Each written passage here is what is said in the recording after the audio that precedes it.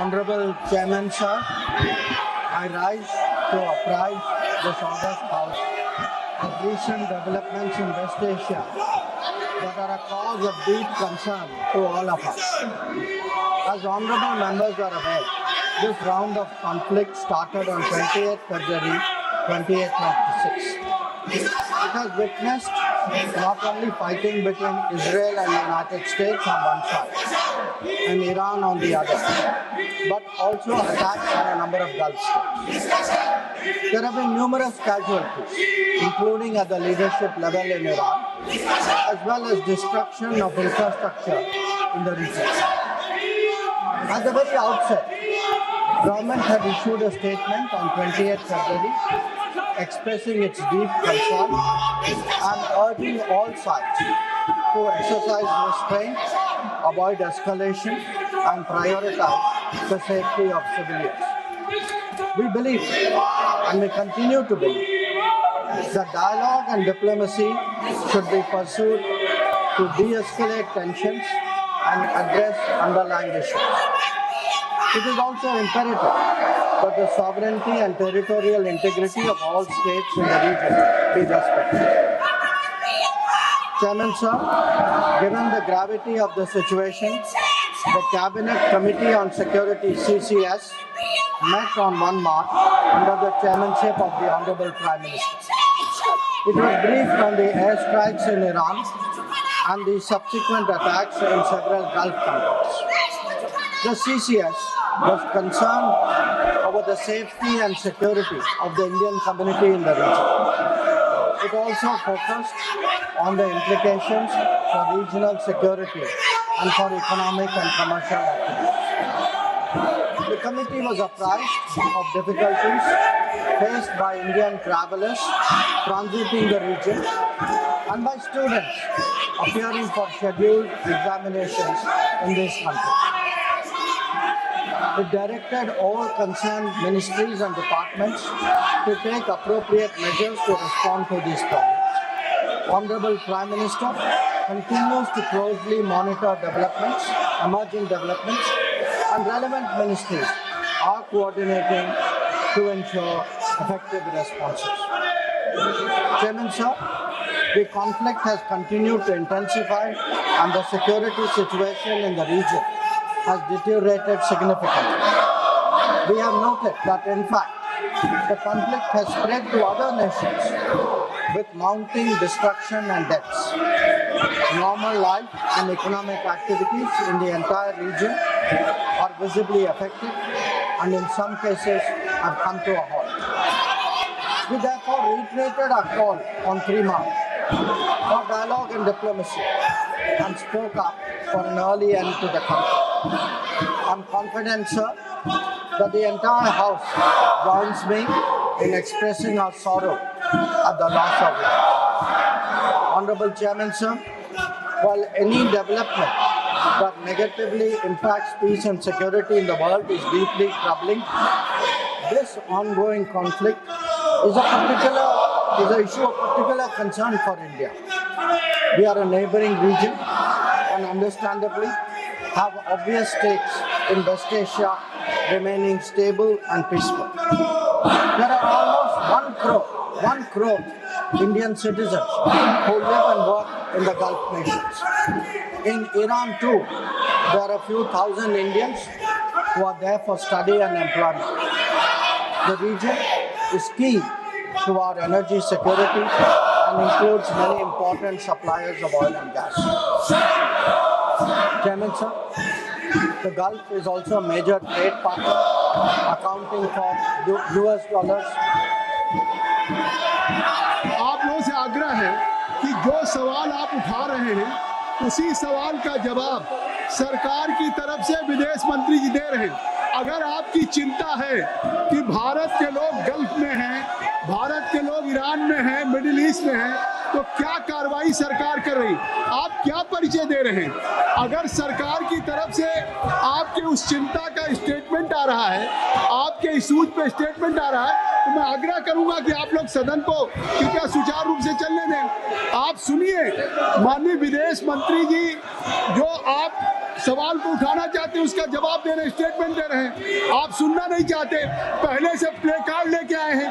ये play card लेके क्यों आए? कई बार अध्यक्ष जी ने कहा प्ले कार्ड लेकर के सदन में नहीं आया जा सकता, फिर भी आप तैयारी के साथ कि सदन को नहीं चलने देना। माननीय विदेश मंत्री। Chairman sir, the Gulf is also a major trade partner, accounting for US dollars 200 billion almost annually of trade.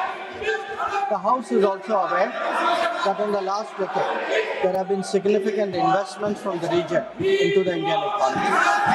Therefore, the serious supply chain disruptions and climate of instability that we perceive are indeed serious issues. Furthermore, these include attacks on merchant shipping, where Indian nationals often constitute a large proportion of the crews. We have sadly already lost 2 Indian mariners and 1 remains missing in such incidents. I know, sir, that the House joins me in condoling the attacks. Honorable Chairman, sir, government has been assessing the situation in West Asia continuously since the 12-day war in June 2025. We noted the indications of growing tension and cautioned the Indian community in Iran accordingly. On 5 January, Indian nationals were advised by the Ministry of External Affairs to avoid non-essential travel to Iran. Those already resident there were urged to register with the embassy, exercise due caution, and monitor embassy website and social media handles. A second advisory was issued on 14 January, reiterating the advice to avoid travel in even stronger.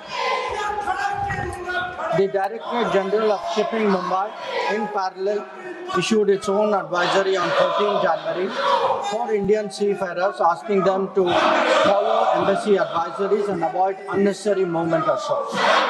Recruitment and shipping companies were asked not to deploy or send Indian seafarers to Iran.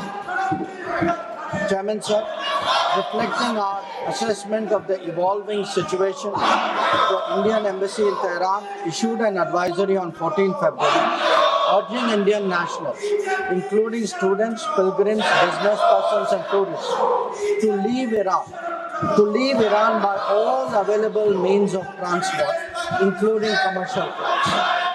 They were asked to contact the embassy for any assistance and provided with 24/7 helplines. This was again reiterated in very strong terms through another advisory on 23 February.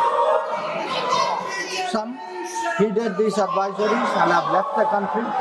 However, many others have disregarded them and remain in Iran. We are also in touch with fishermen who operate out of Iraq. This, sir, was the situation till 28th February 2026.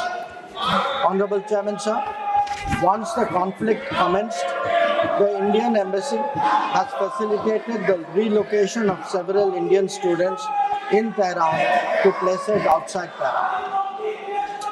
An advisory update with emergency contact helplines was issued on 3 March. Similarly, facilitation was extended to pilgrims who were there in Iran for their internal movement. Indian nationals who were in Iran for business purposes were assisted to cross over to Armenia and to return home. The embassy in Tehran remains fully operational, I should say, in fact, on the highest alert. They are totally committed to supporting the Indian community in this difficult situation and in assisting Indian nationals who may wish to cross international borders. Where seafarers are concerned, the Directorate General of Shipping, through an order on 2nd March, constituted a quick response team for immediate response, coordination and support functions. This will function on a 24/7 basis. Honorable Chairman, sir, I would like to inform you that every Indian embassy in the region has similarly issued advisories. This is so with Israel, UAE, Bahrain, Qatar, Kuwait, Saudi Arabia, Iraq. Many of them did so on the 28th of February Israel did it again on the 1st of March. Many of them again in the Gulf did it on the 5th of March. Saudi Arabia did it on the 8th of March. So this has been a continuous exercise. The MEA has set up a dedicated special control room to monitor the situation and respond to queries from those affected as well as their families. Our last update was issued on the 7th of March. Chairman, sir, I would like to inform the House through you that our diplomats are working hard to assist stranded transit passengers in hubs like Dubai, Doha, and Abu Dhabi. They have facilitated international border crossings for Indian nationals, including from UAE to Oman and from Qatar, Kuwait, and Bahrain to Saudi Arabia.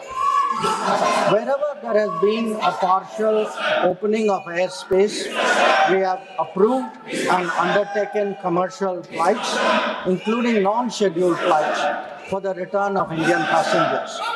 Our estimate is that about 67,000 of our nationals have done so as a result. So, the Ministry of Civil Aviation has also put out figures for the last 3 days. On the 7th of March, there were a total of 51 inbound flights operated by Indian carriers, 49 on the 8th of March, and there are 50 flights planned for the 9th of March. Chairman, sir, throughout this period, government has maintained close contact with relevant countries. Honorable Prime Minister has personally spoken to the President of UAE, the Amir of Qatar, the Crown Prince of Saudi Arabia, the Crown Prince of Kuwait, the King of Bahrain, the Sultan of Oman, the King of Jordan, and the Prime Minister of Israel.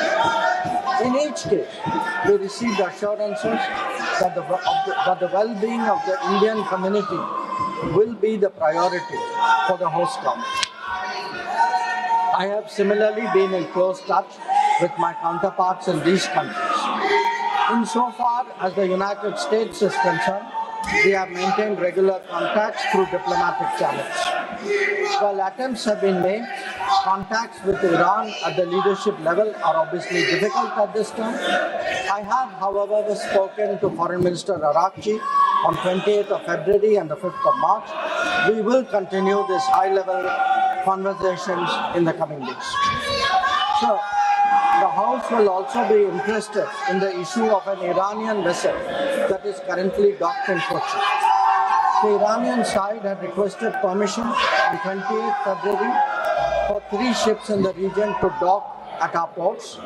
This was accorded on 1st of March. IRIS Lavan actually docked on 4th March in Kochi. The crew is currently in Indian naval facilities. We believe that this was the right thing to do, and the Iranian foreign minister has expressed his country's thanks for this human gesture.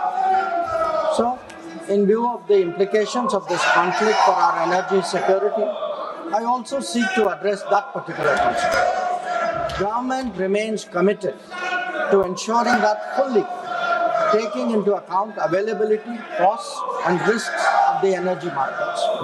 For us, sir, the interest of the Indian consumer has and will always be the overriding priority. Where required, Indian diplomacy has supported the endeavors of our energy enterprises in this volatile situation. Honorable Chairman, sir, let me conclude by highlighting the 3 guiding factors of our approach. 1, India is in favor of peace and urges a return to dialogue and diplomacy. We advocate de-escalation, restraint, and ensuring the safety of civilians. 2, the well-being and security of the Indian community in the region is our overriding priority. We will continue to work with governments of the region towards that end. And 3, our national interest, including energy security and trade flows, will always be paramount. I'm confident, sir, that the government has the full support of this august House on this matter. I thank you. Thank you very much. like to request to ఈ video మీకు నచ్చినట్టయితే like చేయండి, 10 మందికి share చేయండి. అలాగే కామెంట్ల రూపంలో మీ అభిప్రాయాలను మాతో పంచుకోండి. Nationalist hub group of channels ను సబ్స్క్రైబ్ చేసుకుని తెలుగునాట జాతీయవాద జర్నలిజాన్ని ప్రోత్సహించండి. ఈ వీడియో కింద ఉన్న బెల్ ఐకాన్ పై క్లిక్ చేయడం మర్చిపోవద్దు.